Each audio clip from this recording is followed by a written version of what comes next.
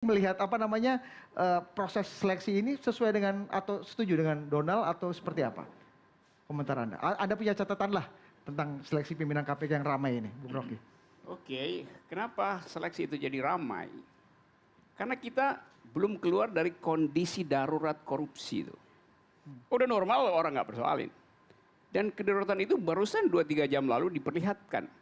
Soal OTT kasus Bawang bersama, disebutkan di situ itu politisi dari PDIP, bersama dengan Kongres PDIP di Bali.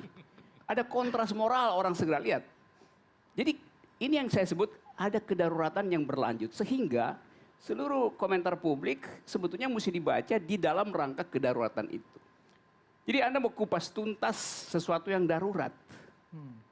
Tidak mungkin kita bisa kupas tuntas. Karena ini persis kayak, ya ini kaitannya. Kayak kupas bawang. Anda nggak dapat intinya, karena itu kulit semua kan. Pernah Anda kupas bawang tuh. Kupas, mana intinya, sampai akhirnya kulit terakhir sama juga tuh, nggak ada isinya tuh. Jadi keadaan ini yang saya kira menggelisahkan orang yang akalnya masih sehat. Misalnya tadi, Ibu Pansel mengatakan bahwa ya, supaya presiden tidak intervensi maka aturan hukum itu yang diberlakukan. Lo justru keliru, presiden mesti intervensi. Karena kita memilih presiden untuk memberantas korupsi. Jadi kalau pikiran presiden nggak boleh intervensi, artinya dia tutup mata terhadap kemungkinan bocornya syarat-syarat yang seharusnya diperlihatkan, dilewati aja. Presiden harus intervensi. Harus intervensi. Dalam bentuk apa? Itu problemnya kan.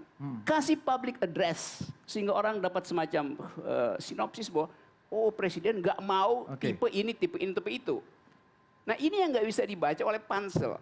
Apa problemnya? Karena Pansel menganggap dirinya adalah sekedar panitia teknis, bukan panitia etis. Itu terrepresentasi dari hal-hal yang disoroti Donald atau hasil atau output paling tidak dari 40 orang-orang yang dihasilkan atau dipilih oleh Pansel? 40 itu hasil seleksi teknis, bukan seleksi etis. Saya mau terangkan itu.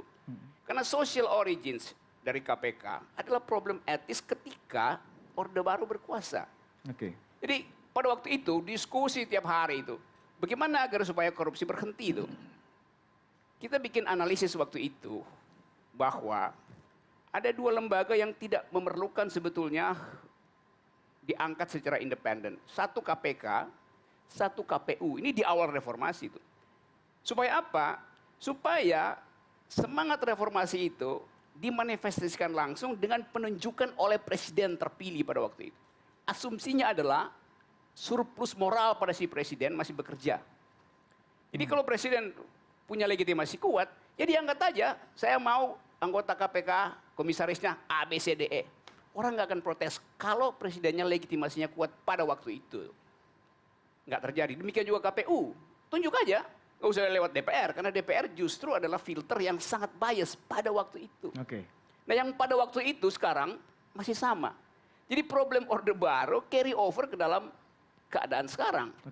Itu yang saya katakan, itu kayak kita kupas bawang nggak akan ketemu. Kondisi saat ini Anda lihat presiden perlu intervensi itu? Harus. Dengan kondisi saat ini?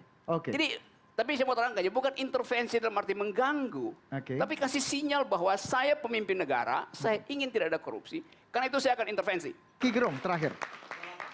Ya, closing statement Anda tentunya. Harapan. Ya, harapan, tantangan, atau kekecewaan Anda, Bu Jo, boleh.